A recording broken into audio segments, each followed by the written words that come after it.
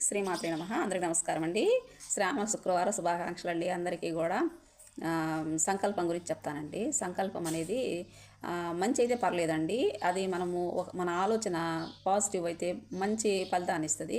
ఎందుకంటే దానికి బలం అనేది చేకూరుతుంది. మంచి అయినా చెడైనా. చెడును ఎలా వస్తుంది మనకి అంటే, ఆరోగ్యం బాగలేకపోయినా, నాకు బాగలేదు అనుకుంటుంటే దానికి ఎక్కువగా ప్రభావం చూపిస్తుందండి. ఆలోచనలు కూడా మనకి ఇంట్లో ఎడతెగని విషయాలు ఉంటాయి కదా మనకి, అవి ఎలా సాల్వ్ అవుతాయి అని చెప్పేసి దాని గురించి ఎక్కువగా ఆలోచనలు చేస్తూ ఉంటే అవి విషయవాంఛలు అయిపోతాయి అన్నమాట. చాలా బలం ఏర్పడిపోయి ఎడతెగని సమస్యగా మారిపోయి అవి మనకి అనుకూలం పోయి నెగిటివ్ అనేది ఎక్కువ వచ్చేస్తుందండి. ఎప్పటిదప్పుడు మనం ఏం చేయాలి అంటే, దాన్ని వదిలించుకునే ప్రయత్నం చేయాలి. దాన్నే మా దాంట్లో క్లీనింగ్, నిర్మలీకరణ అంటారు. సాయంత్రం పూట చేసుకుంటాం. సాయంత్రం అనే కాదండి, మనకి ఏదన్నా చెడు వార్త విన్నామే అనుకోండి, ఆ విన్నాక వెంటనే నాలో నుంచి ఇది వెళ్ళిపోవాలి బయటికి అని చెప్పేసి థాట్ ఇచ్చేసేయండి వెనక వీపు భాగంలో.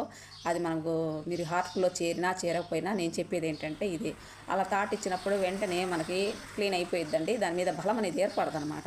మనం ఎప్పుడైతే తీసుకుంటూ ఉంటామో ఏదైనా కూడా దానికి బలం ఏర్పడిపోయి బాగా ఇబ్బంది పడిపోతూ ఉంటాం అనమాట. అవే ఇంకా దాంట్లోనే మునిగి తేలుతూ ఉంటారంట, భవసాగరం అంటారు.